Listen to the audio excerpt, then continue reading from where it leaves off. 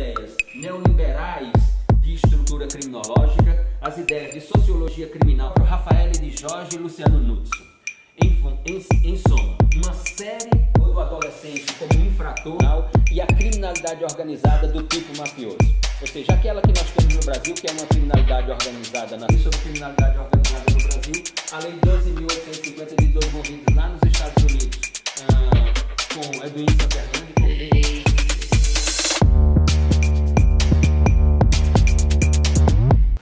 Olá a todos e todas os estudantes do CCJ-UEPB, Centro de Ciência Jurídica da Universidade Estadual da Paraíba. Sou Luciano e estamos de volta com a aula de número 7 de Teoria do Processo Penal. E estamos naquele capítulo denominado dos princípios orientadores do processo penal, que preferimos nominá-los de princípios garantidores do processo penal acusatório. E é essa a expressão que utilizamos. Na última aula, aula de número 6, nós estávamos nos princípios explícitos garantidores do processo penal referentes à atuação do Estado. Continuaremos esse tópico e concluiremos, portanto, os princípios explícitos e vamos para os denominados princípios implícitos.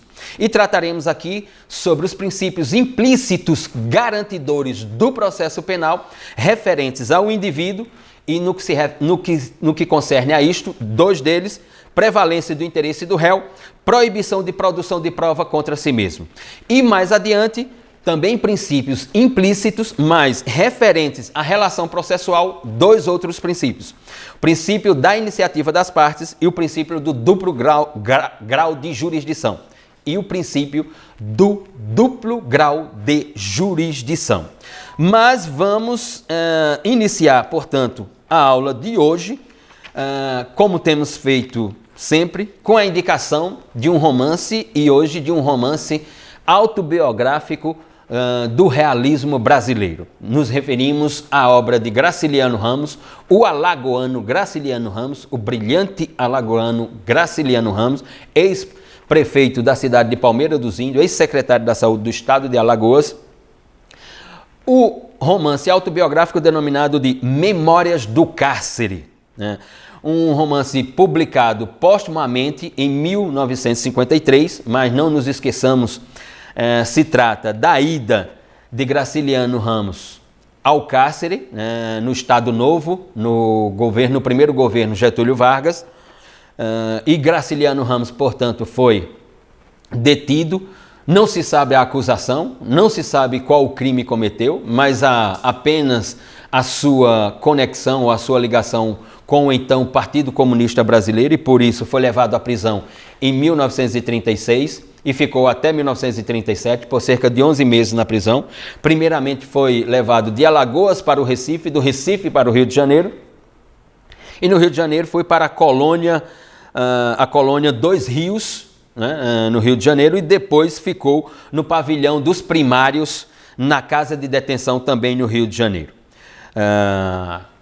E esse seu período de um pouco mais de 11 meses no cárcere, Graciliano Ramos, em Memórias do Cárcere, que representa 4 volumes de uma obra inacabada, porque Graciliano Ramos não conclui a obra, né?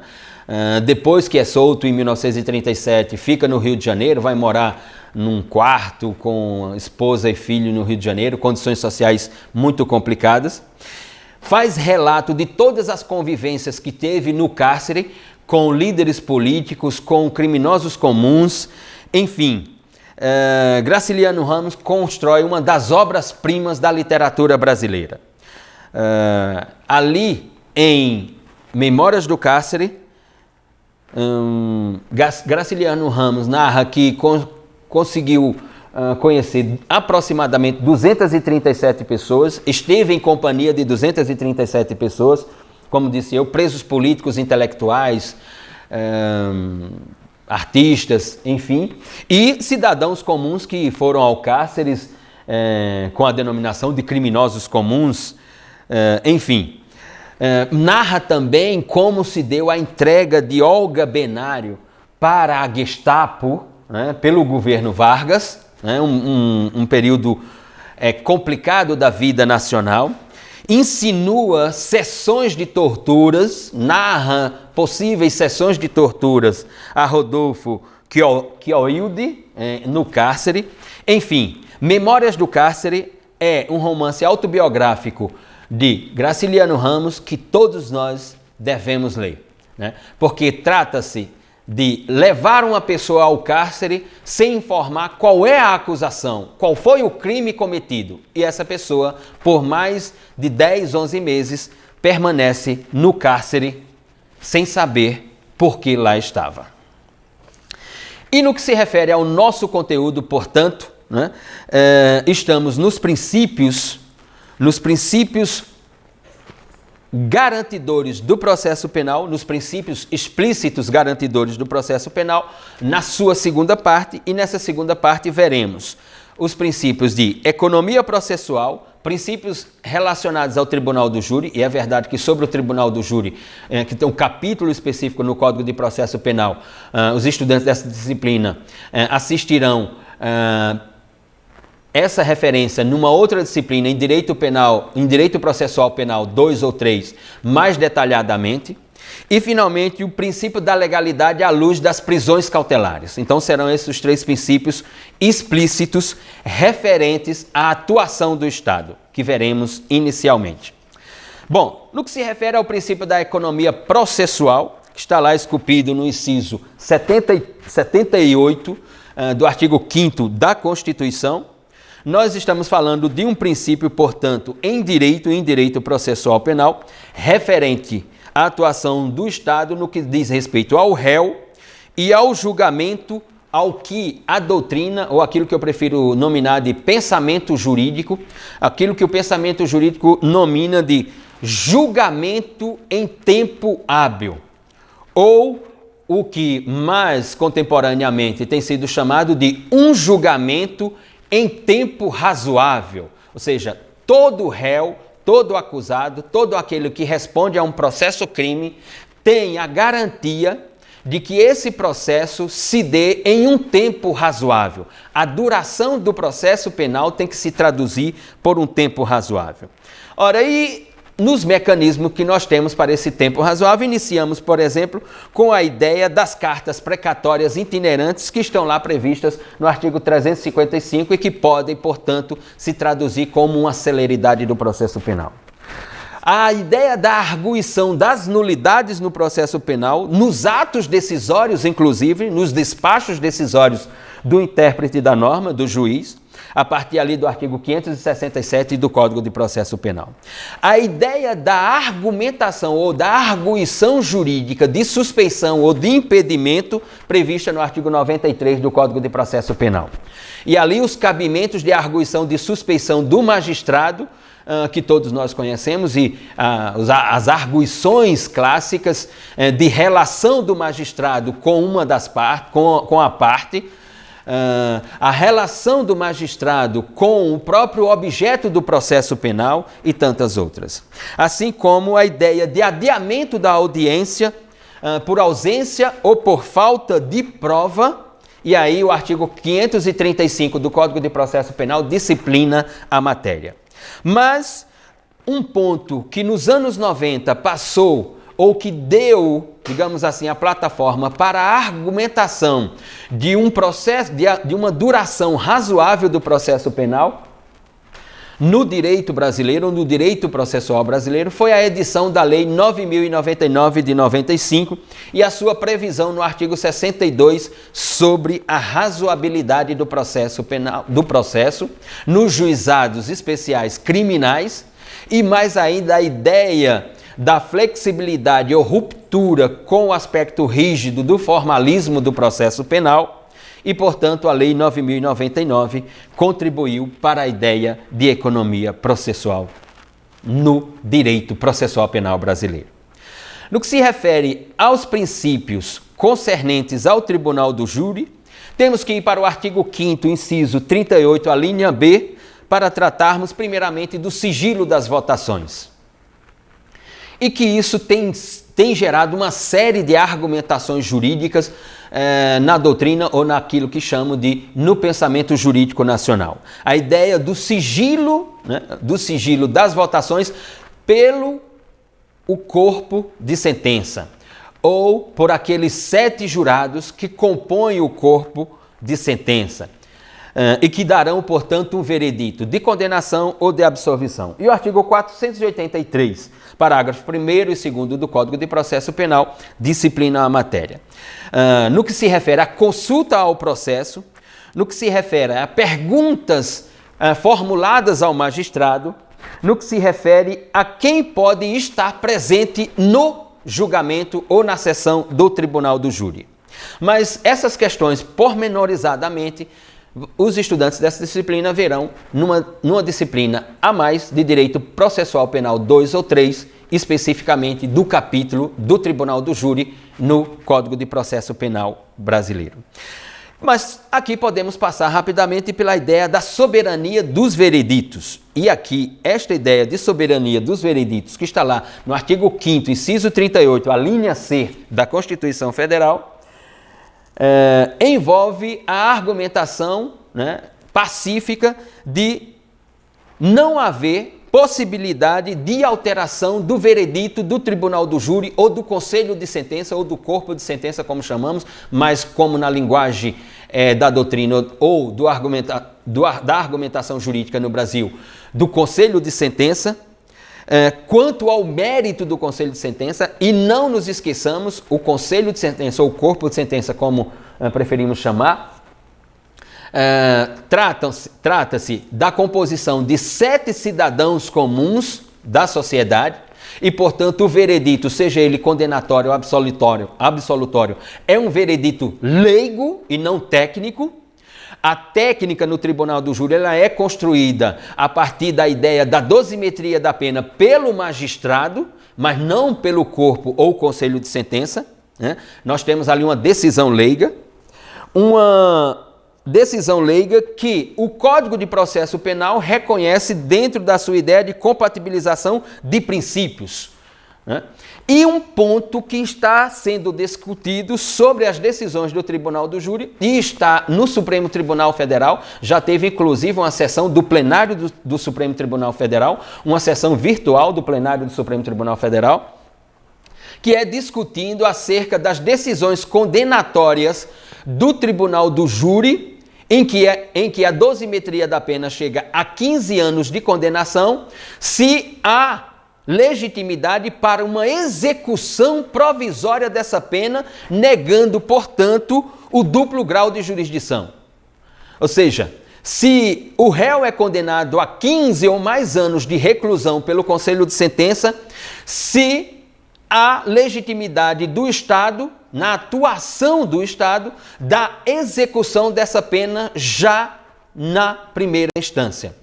Lembremos-nos do artigo 5º, inciso 57 da Constituição, de que só pode haver execução da pena privativa de liberdade com o trânsito em julgado da decisão que comprova a culpabilidade do réu agora condenado. Sem o auferimento da culpabilidade, o inciso 57 do artigo 5º da Constituição não autoriza uma execução da pena. Inclusive, aqui abrindo um parêntese, o Supremo Tribunal Federal, que tinha mudado sua jurisprudência em 2018, em 2019 mudou novamente. Nós tivemos, em 2018 não.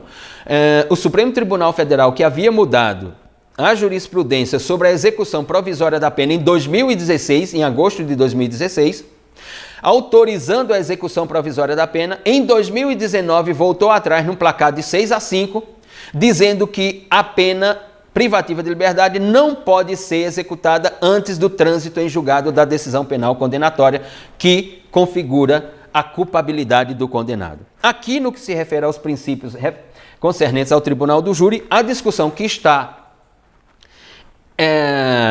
em pauta no plenário do Supremo Tribunal Federal, mas que teve pedido de vista, né, vai decidir se uma decisão condenatória, vai decidir se um decísio condenatório pelo Conselho de Sentença no Tribunal do Júri de 15 anos de reclusão pode ser executada a pena privativa de liberdade provisoriamente.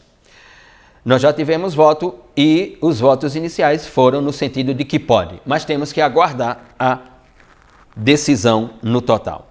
Portanto, lembrando que se o Supremo Tribunal Federal decidir pela execução provisória da decisão do Conselho de Sentença, nós teríamos aí a negação do duplo grau de jurisdição. Lembrando que a competência do Tribunal do Júri é para os crimes tentados e consumados, os crimes dolosos, tentados e consumados contra a vida. É nesse sentido. E no artigo 5º, inciso 38, a linha D, nós temos, portanto, essa ideia da competência. A competência mínima, né, para os crimes dolosos, tentados ou consumados contra a vida, e as argumentações acerca da possibilidade de novas inserções, mas que isso nunca foi decidido na normatividade do direito material brasileiro. Portanto, essa é a ideia, em síntese, do princípio ou dos princípios referentes ao Tribunal do Júri.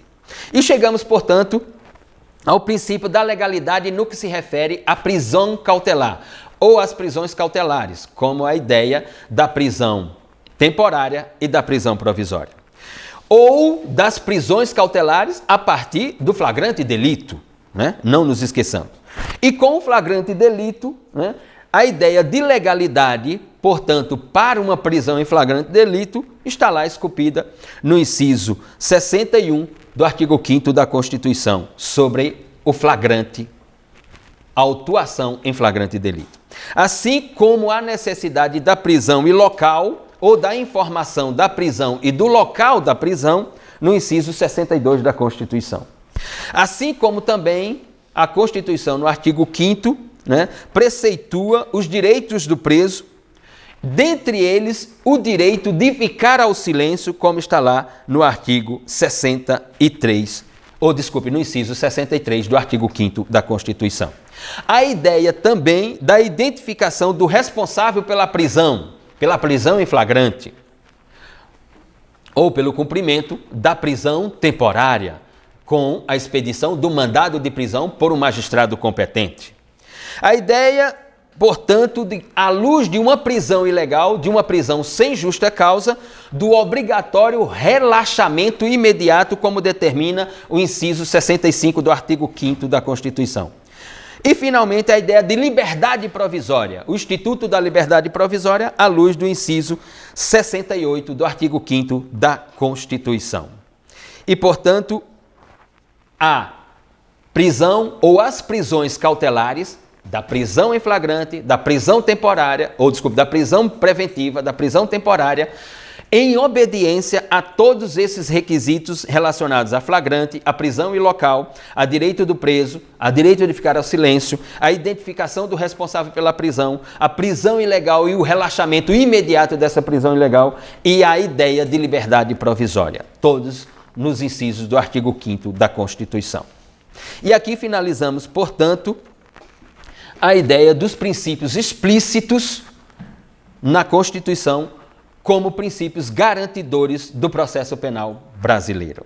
E chegamos ao capítulo denominado dos princípios constitucionais processuais penais implícitos à Constituição.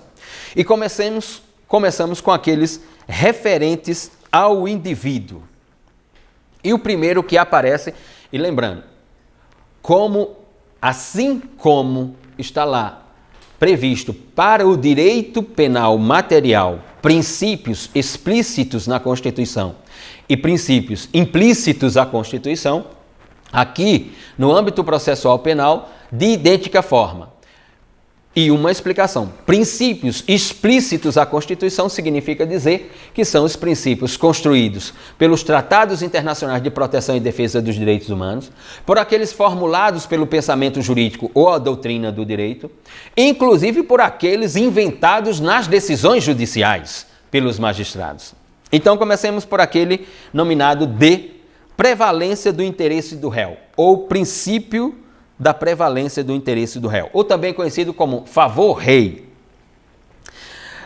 E a ideia é de um favor-rei, que está dentro dessa ideia, de um favor libertatis, ou seja, toda vez que houver uma dúvida sobre a materialidade, sobre a autoria, materialidade e sobre as provas que consubstanciam a acusação de crime ou delito, toda vez que houver uma dúvida, entra em cena o princípio em dubio pro réu, ou o princípio ou subprincípio favor libertatis, ou subprincípio favor rei.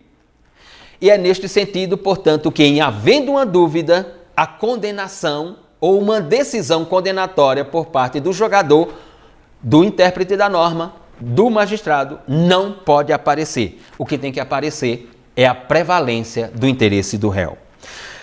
E, portanto, em aparecendo essa dúvida, nós temos um conflito entre a ideia de acusação e defesa para se chegar a um resultado. E, portanto, entra em cena a ideia de inocência e liberdade. O princípio de prevalência do interesse do réu é a ratificação da ideia de inocência, já que não há uma certeza sobre a culpabilidade, e, portanto, o imperativo da liberdade do réu. Portanto, fica comprometida a pretensão punitiva do Estado. Fica comprometido, portanto, o exercício do ius puniendi por parte do Estado, já que a decisão condenatória não pode aparecer em função da dúvida, em função dessa incerteza. E aí podemos nos socorrer a partir ali do artigo 386, inciso 7 do Código de Processo Penal. E com conexão, obviamente, do artigo 5º, inciso 62 da Constituição, sobre a presunção de inocência ou a presunção de não culpabilidade esculpida no direito constitucional processual penal brasileiro. E essa é, portanto, a tradução do princípio da prevalência do interesse do réu. E em seguida aparece o princípio de que ninguém pode produzir prova contra si mesmo. E aí, essa discussão se dá em vários momentos. Por exemplo, no caso do direito de trânsito no Brasil, por dirigir embriagado, né, ou dirigir com substância alcoólica no sangue, e surgiram aquelas discussões acerca da constitucionalidade do bafômetro, do uso do bafômetro pela autoridade pública, até que ponto o bafômetro seria constitucional e o condutor de veículo automotor, ao ser autuado, estaria obrigado ou não a sopar o bafômetro. E até hoje, né, à luz do Código de Trânsito, da Lei 9.503 de 97, até hoje, para uma ideia de defesa dos direitos de um acusado é de que não há obrigatoriedade para, portanto, o uso por parte da autoridade pública e obrigatoriedade do condutor de veículo automotor de sopar o bafômetro. Portanto, não haveria uma constitucionalidade disso, digamos, dessa metodologia e, portanto, do mecanismo do bafômetro. Ora, quando falamos de uma produção ou uma proibição de produção de prova contra si mesmo, nós estamos falando de que o Estado, que é a parte forte na persecução penal, né, não pode desconsiderar, e essa ideia de proibição de produção de prova contra si mesmo, ela está conectada com uma série de outras ideias principiológicas. O Estado, que é a parte forte na persecução penal, não só na persecução penal, o Estado é a parte forte nos procedimentos investigativos e o Estado é a parte forte na persecução penal no processo penal. E, portanto, essa proibição de produção de prova contra si mesmo está conectada com a ideia do contraditório e da ampla defesa, lá no inciso 55 do artigo 5º da Constituição. Assim como a ideia do inciso 57 de não culpabilidade até o trânsito em julgado da decisão condenatória. Assim também como a ideia do autuado ser informado dos seus direitos lá previstos no inciso 63 do artigo 5º da Constituição Federal. E, portanto, são esses os dois princípios concernentes ao indivíduo, princípios implícitos à Constituição Federal. E chegamos, portanto, ainda nos princípios implícitos à Constituição, aqueles concernentes à relação processual. E concernente à relação processual, que são dois: princípios da iniciativa das partes e o princípio do duplo grau de jurisdição. Então, vamos lá. Eu tenho como princípio de iniciativa da parte, e aqui temos que enfocar aquela ideia, e aqui a Lei 13.964 de 2019 trouxe um complicador a mais. Vamos iniciar, portanto, com a ideia de iniciativa da ação penal. No caso de ação penal pública incondicionada, e aqui abrimos um parênteses rapidamente para fazermos uma tradução do Instituto da Ação Penal no processo penal brasileiro. O processo penal no direito brasileiro agasalha a ação penal pública incondicionada, a ação penal pública condicionada à representação pelo ofendido e a ação penal privada, a denominada queixa-crime. No que se refere à ação penal pública incondicionada, o titular para iniciar a ação penal é o Ministério Público, promotor de justiça estadual ou procurador da República. E aí nos crimes de ação penal pública incondicionada, como os crimes contra a vida, nos crimes contra o patrimônio e outras categorias tipológicas. E nós temos a ação penal pública condicionada à representação do ofendido, a denominada queixa-crime. E aí eu tenho uma divisão. No que se refere à ação penal pública condicionada à representação do ofendido, tem uma série de dispositivos em que, se o ofendido, no que se refere a uma série de tipologias, melhor dizendo, se o ofendido não exerce o direito de iniciação da ação em 6 meses, por exemplo, então o Ministério Público fica com a legitimidade para promover a ação. E nos crimes de ação penal privada ou queixa-crime, nos crimes de ação penal privada ou queixa-crime, como por exemplo nos crimes contra a honra, previstos ali do artigo 138 a 145, o particular, o ofendido, tem a legitimidade para promover a queixa-crime ou a ação penal privada. Aqui, no que se refere à ação penal pública incondicionada, a Lei 13.964 de 2019, também conhecida como Pacote Anticrime, importou do direito americano do sistema da Common Law o acordo de não persecução penal. O que é esse acordo de não persecução penal?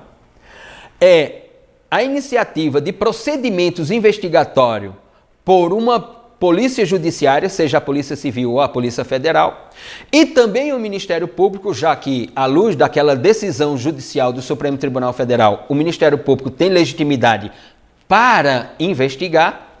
Então, o promotor de justiça, ao receber, se for o caso, todo o material do procedimento investigativo de um delegado de Polícia Civil ou Federal, ou ele mesmo tendo produzido essa investigação, propõe ao investigado não oferecer a ação penal pública incondicionada, e sim a propositura de um acordo de não persecução penal. E como diz Pierre Souto Maior lá no seu Manual de Processo Penal, assim como também Afrânio Silva Jardim e Rosmar Alencar nos seus Manuais de Processo Penal, ora, o nome não deveria se chamar Acordo de Não Persecução Penal, porque houve todo um procedimento investigativo, que esteve em curso e que provavelmente, em alguns casos, já concluídos, e o promotor de justiça deveria oferecer a ação penal porque se trata de um tipo penal em que a ação penal é incondicionada. E o promotor de justiça, então, propõe um acordo da não persecução penal, propõe um acordo para não oferecer a denúncia a um magistrado. E, portanto, fazer um acordo. O que é levado ao magistrado é um acordo entre o Ministério Público e a defesa para se evitar uma ação penal. Ora, isso feriria o princípio da iniciativa da ação ou o princípio da iniciativa das partes? Ora, o Ministério Público, lá no artigo 129, inciso 1 da Constituição Federal, não está obrigado a oferecer a denúncia, não está obrigado a iniciar com a ação penal, ela em sendo recebida o processo penal quando o crime é de ação penal pública incondicionada? O particular ou ofendido, no caso do artigo 5º, inciso 59 da Constituição, e o juiz, não é ele que tem que dar início à ação penal? sendo oferecida a denúncia por parte do Ministério Público ou distribuída a queixa-crime ou oferecida a queixa-crime por parte do particular? Como fica a ideia de constitucionalidade do acordo de não persecução penal previsto pela Lei 13.964 de 2019, à luz do princípio da iniciativa das partes? Para além disto, a ideia do estrito limite dos pedidos formulados, que está prevista lá no artigo 384 do Código de Processo Penal. Então aqui fica a ideia de iniciativa das partes, que com a Lei 13.964 traz uma complexidade a mais a ser decifrada pela doutrina, à luz do que, no caso concreto, estaremos assistindo com o Ministério Público e a magistratura. E, finalmente, para a conclusão da aula de hoje, a ideia do princípio implícito do duplo grau de jurisdição. E o que seria o duplo grau de jurisdição? O duplo grau de jurisdição é nada mais, nada menos do que a garantia de que o réu tem direito ao reexame da questão criminal decidida por um juiz monocrático. E, portanto, a estrutura do judiciário, e aqui a previsão é do artigo 102, inciso 2 do Código Penal, a estrutura do Poder Judiciário oferece, portanto, o sistema de recursos para a efetividade, a concretude do direito de reexame e de efetivação do duplo grau de jurisdição. Seja pela ideia do recurso ordinário e o instituto, inclusive, do habeas corpus, seja pela ideia do mandado de segurança ou as ações mandamentais, como o mandado de segurança, o mandado de injunção, o habeas data. Enfim, nós temos, portanto, um leque de instrumentos jurídicos processuais para a efetivação do reexame da questão de direito e da questão de direito no direito processual penal brasileiro e no direito processual brasileiro para uma ratificação do duplo grau de jurisdição. No caso, quando envolvermos questões criminais de tipos penais ou de crimes políticos, para uma ideia de recorrência ordinariamente falando, temos que inicialmente nos socorrermos para ratificarmos o duplo grau de jurisdição ao Pacto de San José da Costa Rica, no seu artigo 8º, item 2, a linha H, que prevê como uma questão de direitos humanos o reexame em crimes políticos à luz de um tratado internacional que está internalizado ao direito constitucional brasileiro com o status de norma supralegal por jurisprudência do Supremo Tribunal Federal. E, portanto, aqui nós temos a ideia do duplo grau de jurisdição no direito processual penal brasileiro. E ficamos por aqui com a aula de número 7 de Teoria do Processo Penal. Não nos esqueçamos de pedir a todos e todas que se inscrevam no canal da TV UEPB no YouTube, siga a TV UEPB na rede social Instagram e adicione e curta a TV UEPB no Facebook. Enfim, acompanhe a TV UEPB nos diversos perfis de rede social da TV da Universidade Estadual da Paraíba. E voltamos em breve com mais uma aula de Teoria do Processo Penal.